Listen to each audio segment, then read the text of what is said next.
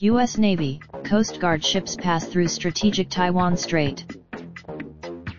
The voyage risks further raising tensions with China, but will likely be viewed by self-ruled Taiwan as a sign of support from Washington amid growing friction between Taipei and Beijing. The two ships were identified as the Navy Curtis Wilbur destroyer and the Coast Guard Bertholf cutter, a U.S. military statement said.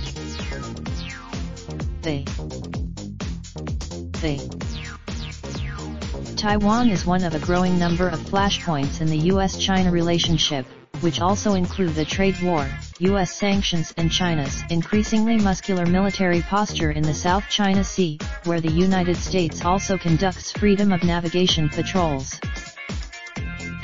Washington has no formal ties with Taiwan but is bound by law to help defend the island nation and is its main source of arms.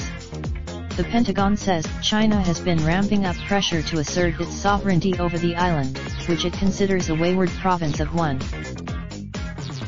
China has repeatedly sent military aircraft and ships to circle the island on drills in the past few years and worked to isolate the island internationally, whittling down its few remaining diplomatic allies. The U.S. Defense Intelligence Agency released a report earlier this year describing Taiwan as the primary.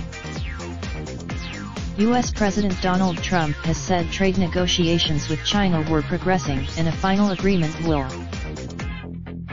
Reporting by Idris Ali. Editing by Sandra. Raindrop, drop top, smoking, no cooking the hot pot. Fucking on your bitch, yeah, that. Looking up, open the park.